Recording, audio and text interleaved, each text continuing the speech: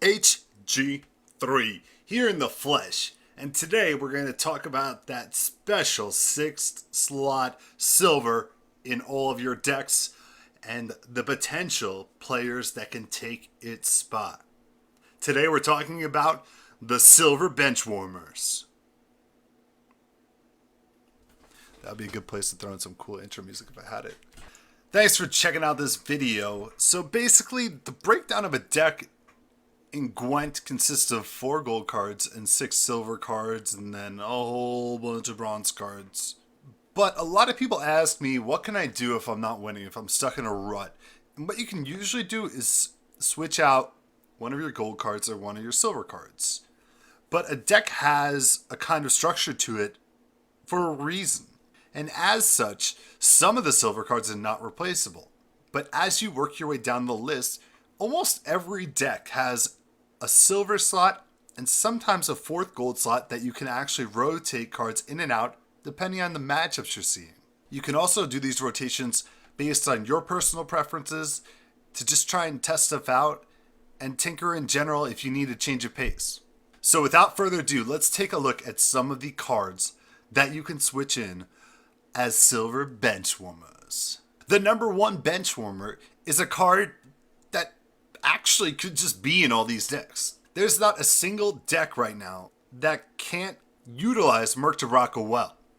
Merc to Raka, of course, a 4-strength silver. Ooh, 4-strength silver. Sometimes scary, not in this case because his action happens on play. He is coming into the battlefield, has 3 separate instances of damage that can target the same target over. So Merc to Raka represents removal for 6 strength units, which is huge.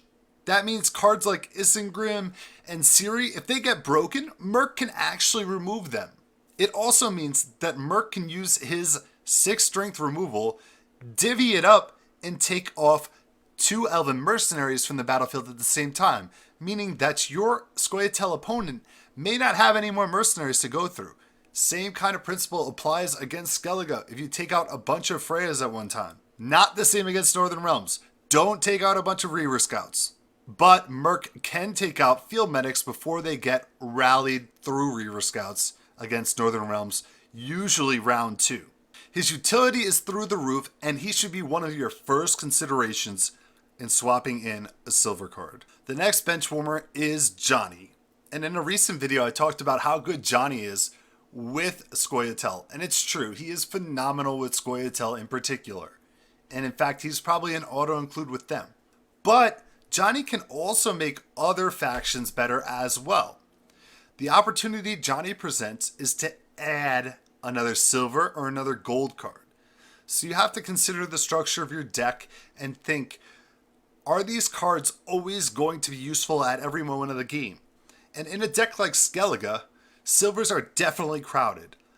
But there could be an opportunity to play Johnny in some capacity in a situation where Geralt Ard is not getting value because Coral was able to just take down a row or take down a round by herself. A lot of the times when you're running Geralt Ard, you want to be able to swap him out. And Johnny can do that for you. It also works well in Northern Realms sometimes if you're going to include something like a Roach and it ends up in your hand through sheer chance or what have you. Sending Roach back to your deck is nice. And monsters need a lot of help, and Johnny can offer some help. If you have a gold card that's just not working out in that moment, you can cycle through, find a gold card, perhaps from your opponent's deck. Which, if you're playing against Northern Realms and you're playing against Scoia'tael, you know those golds are good. Take one of them. Enjoy it. It might be the difference. Next up is an old favorite, Last Wish. Last Wish somehow survived the changes that have negatively affected cards like Ermion and Svenrigga, and still acts the way it used to. You draw 2 cards, and then from your whole hand, you choose 2 cards to discard. Now, Last Wish can be good.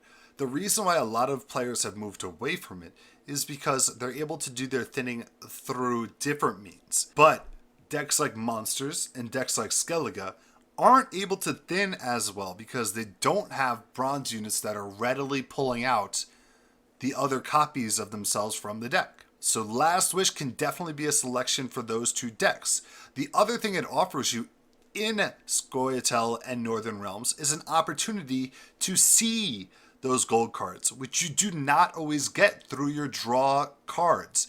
Your normal set of thinning is removing a lot of bronze cards, but it doesn't promise that you're going to draw your gold card. You get a couple of draws from your disloyal units, but Last Wish is going to allow you to see the 2 next cards, and if they're duds, just pass them into the graveyard. But if they're golds, you've accomplished something that a lot of your thinning cannot do in an effective way. Next up, Commander's Horn has been making a comeback, especially with Skellige. But could it work in other decks as well? Maybe. We've seen some Scoia'tael players experimenting with Commander's Horn and Hawker supports. There's some potential there to just create a massive strength that opponents won't be able to readily deal with. Right now, in the current state of things, a lot of decks are running only one form of hard removal. That form tends to be Geralt Igni. Now, there may be a secondary form in the shape of an Aromancy that isn't hard removal, but it is suppression that could affect a Commander's Horn. But some factions have the ability to play around that kind of suppression from weather, and Commander's Horn does represent an insane amount of tempo if you're able to execute it and get it off. Now, I'm not saying that it's going to be fantastic in Scoia'tael because, of course, Hawker healers do a lot for Scoia'tael and probably are better off right now than Commander's Horn are unless your deck is tailored to it. But Commander's Horn can definitely be a surprise value pick in some decks. If you do not have a great answer and you feel like you need a win condition, then try this out as a win condition. It is a 1-card round victory. And when I say win condition, I mean winning a round. You don't have to hold this card to be the very last card in your deck. That's not what the best players are doing. You need sometimes cards that are going to be a single play that win the round when your opponent passes. If you're down by a lot, your opponent thinks, oh my goodness, I have this round on lock. I'm up 22. I'm up 25. He can't catch up. And then a Commander's Horn pops up. First off, you haven't given them any extra card advantage. And second off, you've just rocked their socks and their whole world's been turned upside down. Now, Scoia'tael have issues because they might pull this out randomly. So it's an opportunity for the rest of the world to try and make use of it. Monsters already use it somewhat. I don't see that many monsters. I assume they're using it. I don't really know what's going on down there, so I'll just pretend to know they're using it. Skellige uses it somewhat, but this is definitely in one of those rotational slots for these factions because there are crowded silver spots, especially in Skellige, with all the reses going on. Find a way to fit this card. It can win you a game. That's it for the Benchwarmers for the silver, but I'm going to talk about one more silver card in this video because it's new and I feel like it deserves to be spoken about. I've seen a lot of players trying out Alzur's Double Cross and trying to fit it into decks. And here's what I have to tell you. It probably doesn't fit. There is one deck that it fits into, and it's actually a leader that has started to lose a bit of popularity. For all the haters out there, I'm sorry. Earmuffs for a second. It's Ithni. The reason why Alzur's Double Cross can fit in Ithni where it can't fit in Brewer Hoog or Francesca is because it's kind of redundant in those leaders' decks.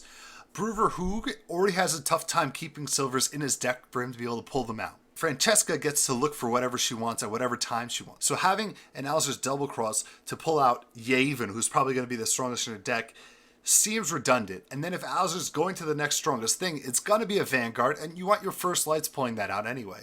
So you want it to be able to pull out Yavin. Therefore, Ithni's the only one that's not redundant in the play of this card. Now, the rest of the factions, of course, it's probably pulling out their disloyal units to Skellige, likely to be targeting Donar and Hindar. Northern Realms, likely to be targeting Stennis. Monsters, don't know, maybe a Manticores. That's certainly low value if that's the case there. Why isn't it good in those situations? Well, the reason is because of the alternatives available. Like Priscilla, for example, gives you an opportunity to look at 2 cards. So she gives you better situational awareness. King of Beggars pulls out 1 card. He's bigger tempo play than Alzur's Double Cross can be. And if your deck is thin enough, he can also pull Stennis from the other direction. In Skellige, the silvers are very tight. You already have 2 reses that you want to include: Commander's Horn, Decoy, Donar on Hindar, and then Alkvis is probably the most important card for Skellige right now. So how does Alzur's Double Cross fit?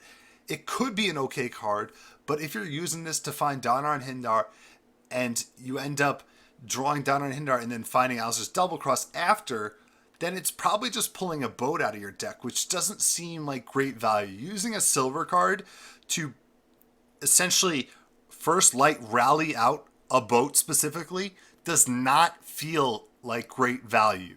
So that's my primary concern with it in the other decks. And in Ifni's deck, it does have the potential, because you're not going to be able to sort through your deck or specifically target to bring out Yavin. So being able to bring him out through a spell which you can get to efficiently through Elven Mercenaries is an interesting proposition. Also, there's a chance in decks that run Ciri Dash that she gets broken and becomes the biggest unit in the deck. That creates an interesting situation with Alzur's Double Cross, where you can get a lot more value than you were before. But I like the concept of this card. I just don't think we have enough options in the factions to make it a more playable card. But I think this is a super interesting card, and moving forward, we got to keep an eye on this as more cards get added to the game, because it may just sneak in to being a top pick depending on how the rest of the silvers pan themselves out. That is assuming that they're not all going to be 4-strength silvers moving forward for the rest of forever. Okay guys, that's it for the Silver Benchwarmers list. Thank you for watching. I'm HG3. If you liked the video, hit that like button. If you like the channel, subscribe to Gwent City. And if you didn't like it, I'm sorry to let you down, but that's just something I do regularly. Not just kidding. Have a good day, and we will see you tomorrow on the live streams. Make sure to check out MantyXD in the AM and me in the PM. Until then, peace out.